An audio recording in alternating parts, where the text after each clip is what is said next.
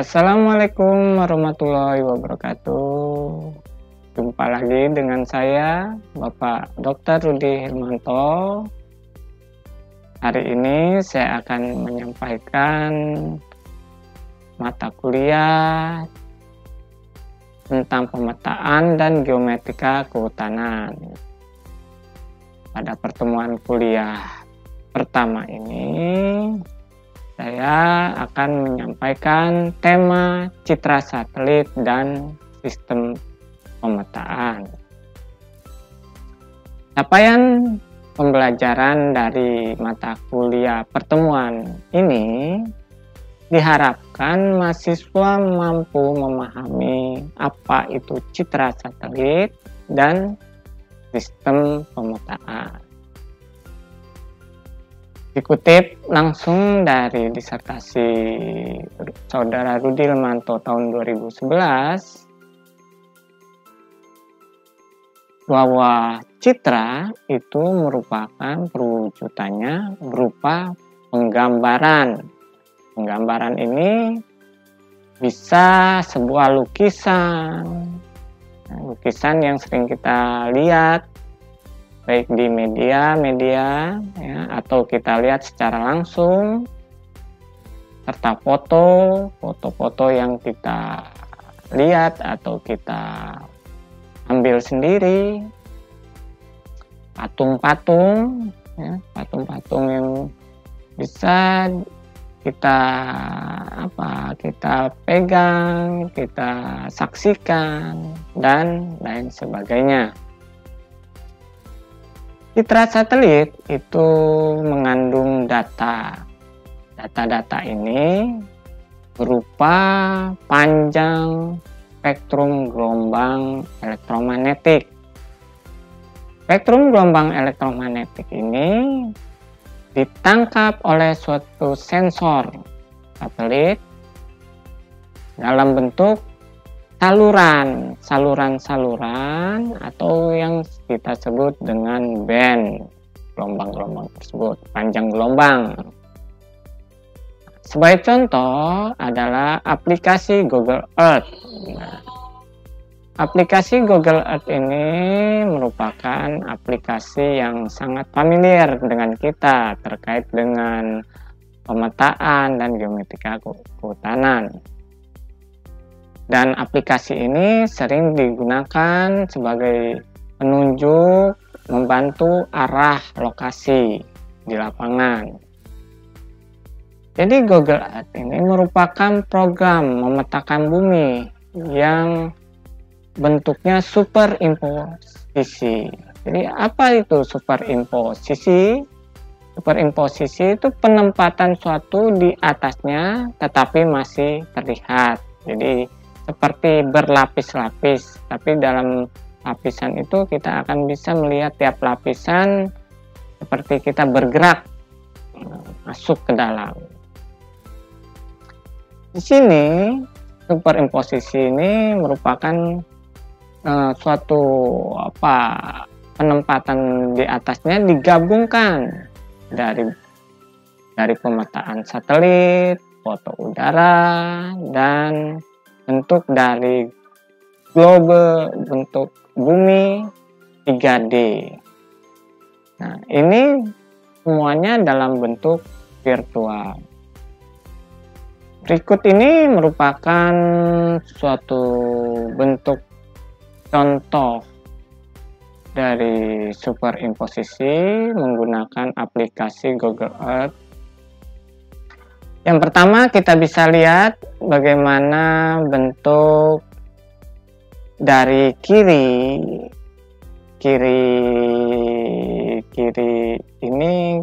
saya. Kita lihat ini bentuk globe bentuk bumi ya. Selanjutnya kita bisa secara animasi bergerak mendekati suatu posisi. Nah, ini kita bisa lihat ini dalam bentuk 3D-nya. Dan dalam bentuk 2D-nya kita bisa lihat pada gambar berikutnya. Dan yang terakhir kita bisa lihat bahwa aplikasi ini bisa kita lihat secara langsung, secara detail, dekat. Nah, seperti foto udara.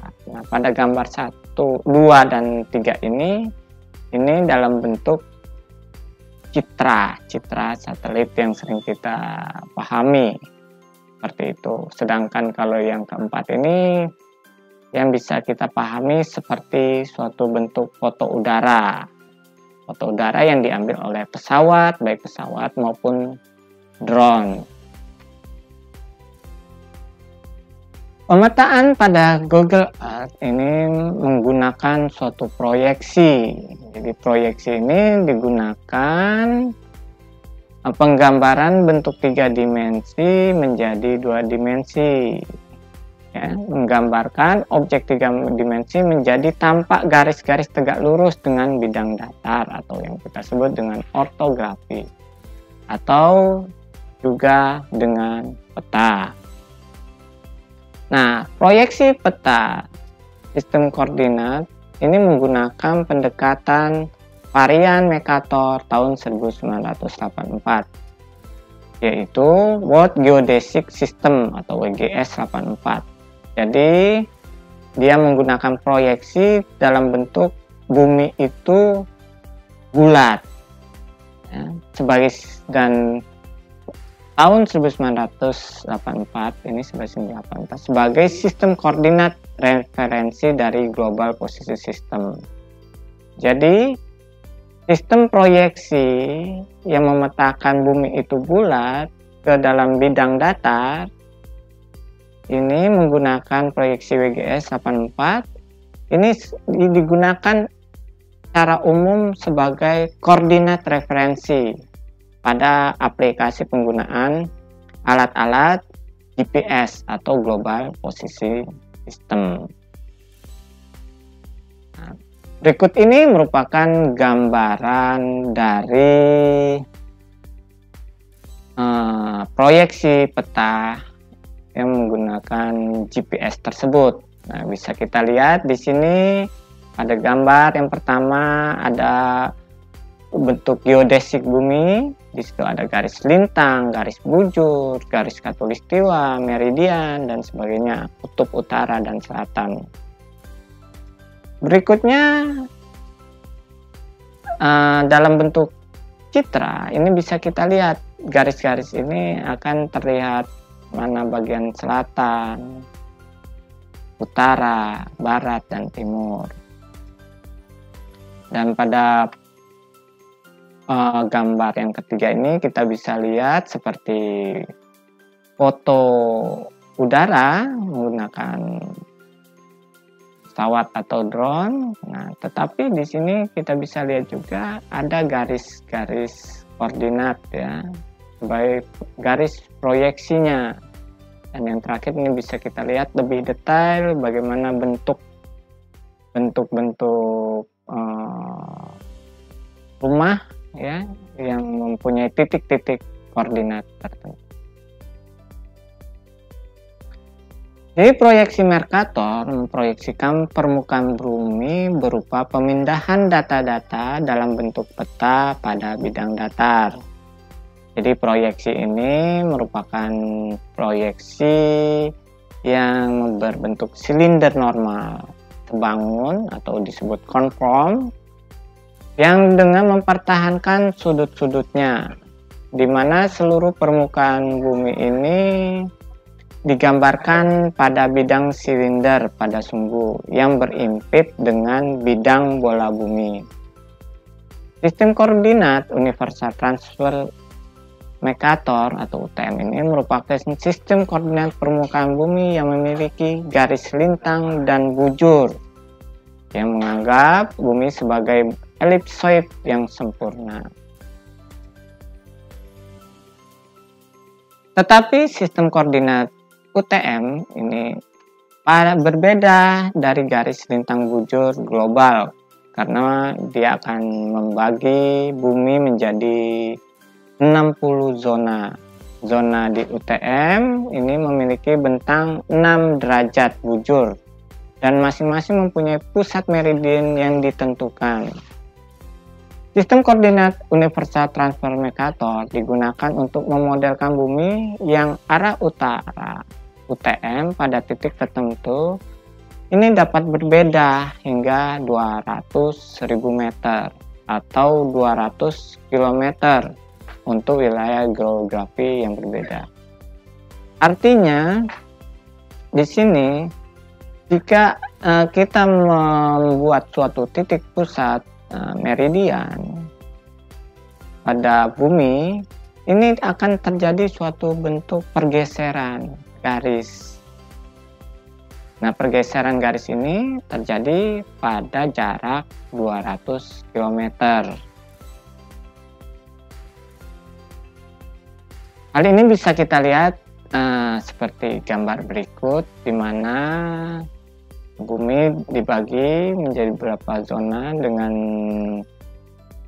per 6 derajat per garis ini, dan kita bisa lihat jika kita menitikkan pada satu titik meridian dibagi, ini akan posisi akan berubah di bentuk bumi jika lebih dari 200.000 meter atau 200 km.